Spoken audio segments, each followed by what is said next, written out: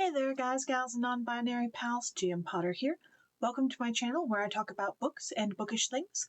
I upload on Tuesdays and Thursdays at noon Central Time with some extra videos sprinkled in here and there. Since we are getting into the end of the year, I have all sorts of videos planned for next week. I am an independent author, an avid reader, and a cat mom of 3, and today I thought we would go over Fan Service by Rosie Danan. Let's get into it.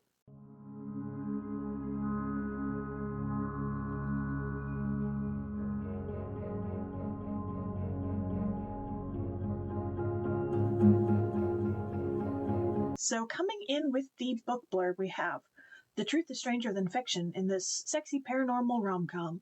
The only place small-town outcast Alex Lawson fits in is the online forum she built for the Arcane Files, a long-running werewolf detective show.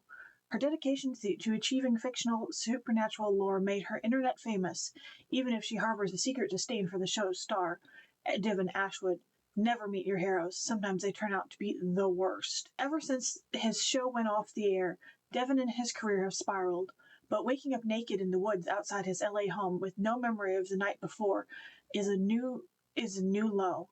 It must have been a coincidence that the once-in-a-century wolf blood moon crested last night. The claws, fangs, and howling are a little bit more difficult to explain away. Desperate for answers, Devon finds Alex, the closest thing he can to an expert that exists. If only he could convince her to stop hating his guts long enough to help. Once he makes her an offer she can't refuse, these reluctant allies lower their guards, trying to wrangle his inner beast. Unfortunately, getting up close and personal quickly comes back to bite them. So, Fan Service, I got this one. This is actually a friend of mine's copy. We went to an independent bookstore opening and each got about 5 books, and this is my friend's. It is 415 pages in the paperback, which is what I have, and it came out March 11th of 2025, and this book is absolutely charming. This book was such a fun ride to go on. I was not expecting it to be anywhere near this good. I was expecting something a little more... I was expecting something more cheesy. And while this book does have a lot of cheese, like a lot of cheese, it also has a lot of heart. So this one is a dual POV between Alex Lawson, who is a former fangirl, an emergency vet tech, she's reserved, she's a bit of an ice queen, and Devon Ashwood, who is a former / out-of-work actor, think Jensen Ackles from Supernatural, werewolf in the show. He's going through a midlife crisis. He also becomes a werewolf in real life. Seeing their 2 points of view, because he was a child actor. Devon Ashwood was a child actor. And so he's, in some ways, very worldly and very cynical, and in other ways very naive in a way that felt honest. It felt like the author knew what she was talking about, which was nice, honestly. Like, he doesn't understand cultural references outside of his very narrow worldview because he's been working. So this one is a paranormal contemporary romance with enemies to lovers. It's a slow burn. The spice, when it kicks in, is 2 of 5 chili peppers, and it kicks in about the halfway point. It is forced proximity and a mild age gap. He is, I want to say, 8 years older than she is. They first met when she was 17 at a con. It was her birthday. It was her 17th birthday. And he was, 8 years older than her. And he said that she was a freak who was going to die alone, and that's why he was being nice to her. And she took this to heart. She had a very messed up relationship with her mother, who walked out on her. She was bullied and targeted at school. The only thing she had to keep her sane and, like, self-respect intact was the show, where she was known as the Mod, like this. She was almost a figure for the fandom, that nobody knew who she was, but she was still the Mod. She was still very invested and interactive with the forum even after this event. She has encyclopedic knowledge of the show, the likes of which the actor does not know. They find out that the guy who wrote the show, who's since moved on to bigger and better things, actually based it on, like, some ramblings of a relative, and I don't want to get into this too much, but I was expecting that to come back around and thinking maybe there's going to be a second book.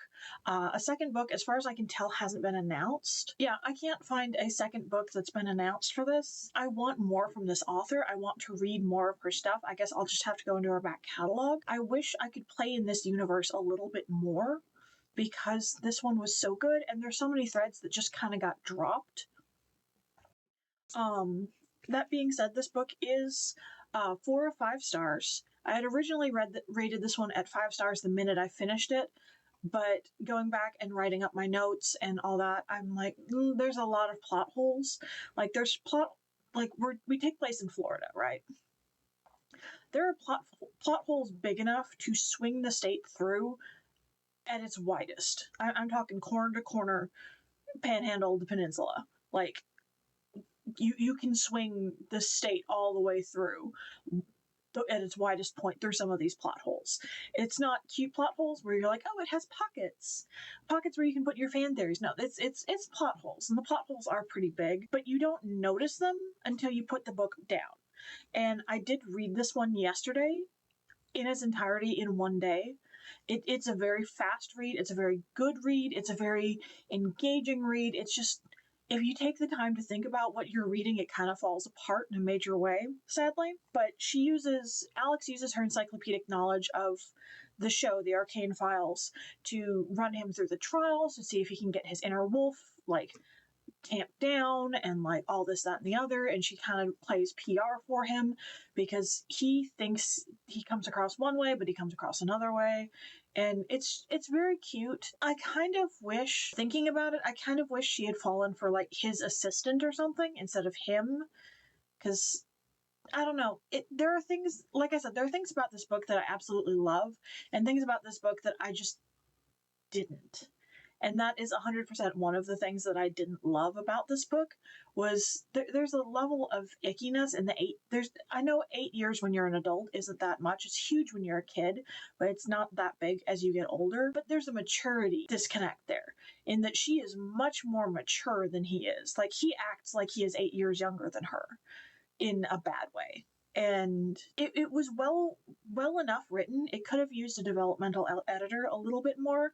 I don't know if she had that or if the author utilized that, but I feel like it could have used that. That being said, I don't want to trash this book because it was enjoyable. I will give it back to my friend because it's her copy, but I don't think I will be purchasing a trophy copy. I'm also trying not to purchase trophy copies. The shelf over my shoulder here, these are all to-be-reads. Like the ones on the table behind me are to-be-reads. There's a cart beside the bookcase that is to-be-reads. Like there's quite a few books that I need to be reading. So I'm trying to get out of the habit of buying books just to buy books. And I think this book, thinking about it, has gone a long way towards that.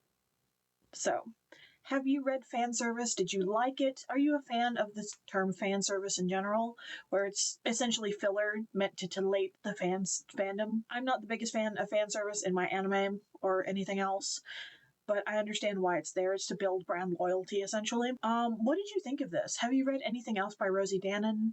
Should I give her a chance with her other books, or is it more of a one and done, once funny kind of a situation? Let me know in the comments down below. Don't forget to like, share, and subscribe, and I'll see you in the next one. Bye.